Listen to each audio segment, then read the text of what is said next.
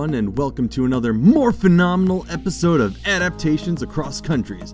I'm your host, Carrie, the Azure Ranger Anderson. It's Morphin time! Here we are again talking about Power Rangers, and it's all thanks to the sponsors on Patreon who voted for this episode. Thanks to your help, we started building up this channel to greater heights, and we will always be grateful for your support. And so here it is, no further delay, it's Power Rangers Season 3 and Ninja Sentai Kakuranger.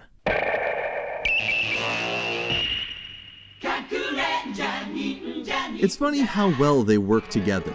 In Japan, Toei was really playing around with the Super Sentai formula, and I gotta say, it was pretty interesting. With Zyuranger bringing the mystical to the forefront, and Dairanger continuing this with more mystical martial arts theme, the ninja theme was a sensible choice to complete what I'm going to call the mystical trilogy of Sentai. However, it can be debated whether this was the first Ninja Sentai. While there were ninjas like Yellow Mask from Maskman and Dyna Black from Dynaman, there has been some debate as to whether a series called Ninja Captor is part of the Sentai series both officially and unofficially. Some older articles in magazines have claimed that it is the second Sentai after Go Ranger, but hasn't been recognized as such in any other media. Fans debate this even now as it carries a lot of familiar tropes we know from Sentai. Despite this, Kakuranger is recognized as the first Ninja Sentai. But that's not its only distinction, as it is also the most Japanese Sentai I can think of. To begin with, there's the names of each member, and the mech designs are based on actual historical Japanese ninjas. Ninja Red is Sasuke, which comes from the historical Sarutobi Sasuke, whose name Sarutobi uses the characters for monkey and jump, which is why he pilots a monkey mech. Along with Sasuke is Ninja Yellow Seikai and Ninja Blue's Saizo. This trio are actually named after historical figures from the Sanada Sandaiki, a novel about the Sengoku warlord of Japan, Sanada Yukimura. Now, Ninja Black is Jiraiya, which was based on a more mythological ninja who could call the power of frogs, which is why Jiraiya's mech is a large frog that can breathe fire.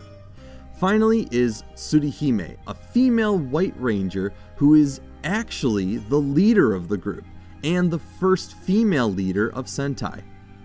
I could go on about these characters and their fascinating historical roots, but instead I'm going to recommend you check out Gaijin Goomba's series Witch Ninja, which can take an even closer look into these characters than we have time to today.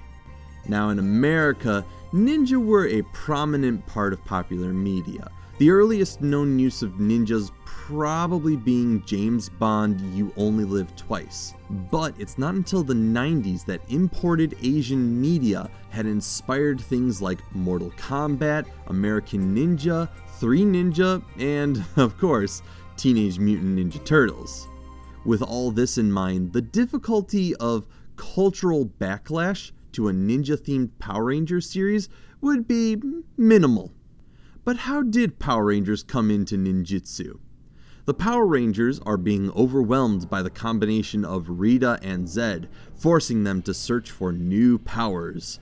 This leads to the search for Ninjor, the creator of the Power Coins that empowered the Power Rangers in the past.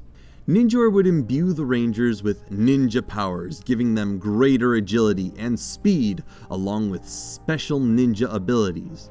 These ninja techniques would actually make for some very fun choreographed fights, which I feel the second season was very much lacking. In addition, the story structure had changed from one-shot storylines to include various multi-part storylines. I feel like this helped me enjoy the overall series a lot more, as I could see a cause and effect which kept me interested in each episode all the more. But probably the biggest story arc was the Alien Rangers. In this story, the alien rangers are called on after Rita's father, Master Vile, turned back time to turn the rangers into children, similar to a storyline from Season 2, only this time Zordon calls on the help of alien Power Rangers from the planet called Aquitar. Zordon sent us to meet you. I'm Tommy. We're the Power Rangers. Yes, I believe you are. I'm Delphine, leader of the Alien Rangers.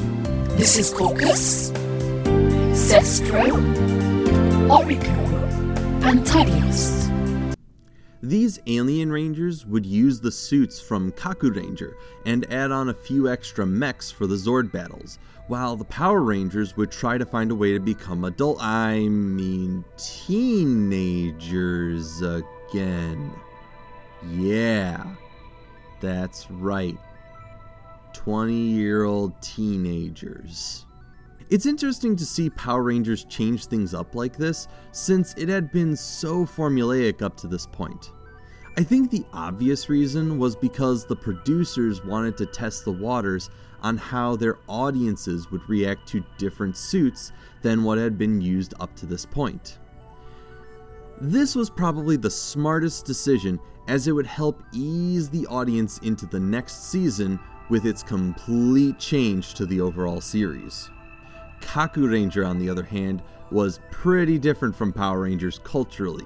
In the beginning of the series, each episode starts off with the announcer who tells the audience about what to expect and the monsters of the week. He does this in a Kodan style of storytelling, which involves sitting on one's knees and using a fan as a prop to reenact narrative moments.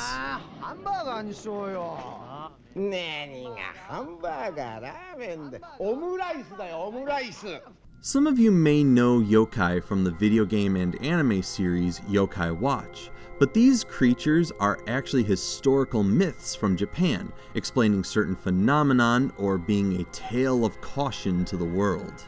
And wow, do I love this so much.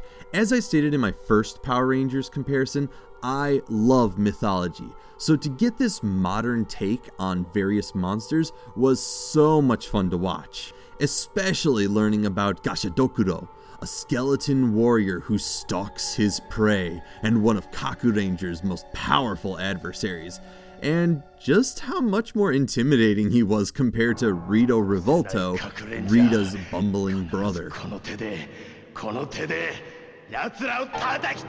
And there are some really great moments too, like the fight with the Hana no Kunoichi Gumi, the history of their mechs, and Tsuruhime's family. Oh, so good. But